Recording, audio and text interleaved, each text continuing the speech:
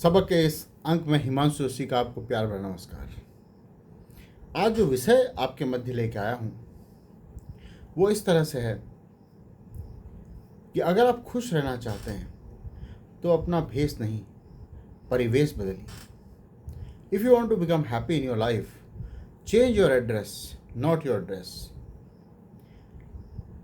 आपने अक्सर देखा होगा कि हम में से, आप में से कई लोग रोज़ सुबह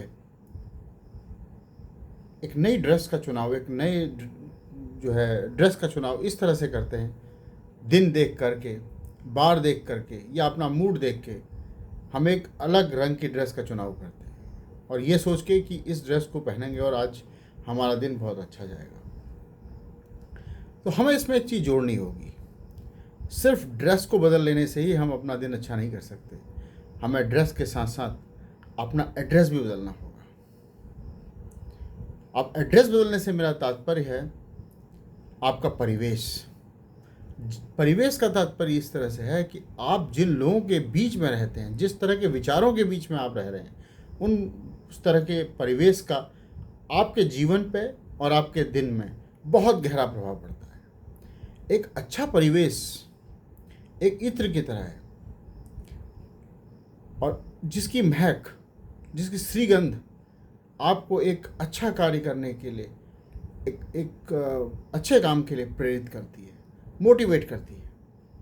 तो मेरा आपका कहना यह है कि अगर आप खुश रहना चाहते हैं, कुछ अच्छा करना चाहते हैं, तो अपनी ड्रेस नहीं एड्रेस बदलिए।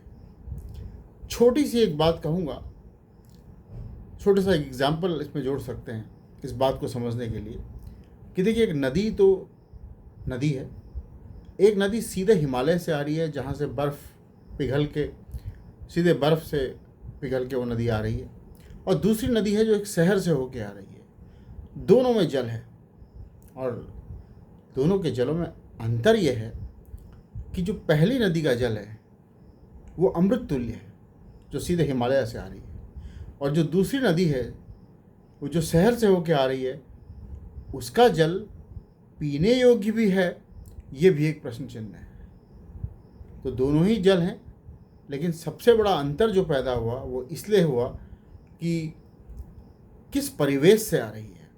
तो आप इस बात को ज़्यादा ना लेते हुए मैं समझता हूँ कि मैं जो कहना चाह रहा हूँ इस बात को आप समझ गए होंगे कि परिवेश का महत्व क्या है। और आखिरी में एक बार फिर दोहराते हुए, अपना वेश नहीं परिवेश बदलिए। इसी सबक के साथ आपसे विदा लेता हूँ। सबक के अगले अंक में आपसे फिर मुलाकात होगी। तब तक के लिए नमस्कार।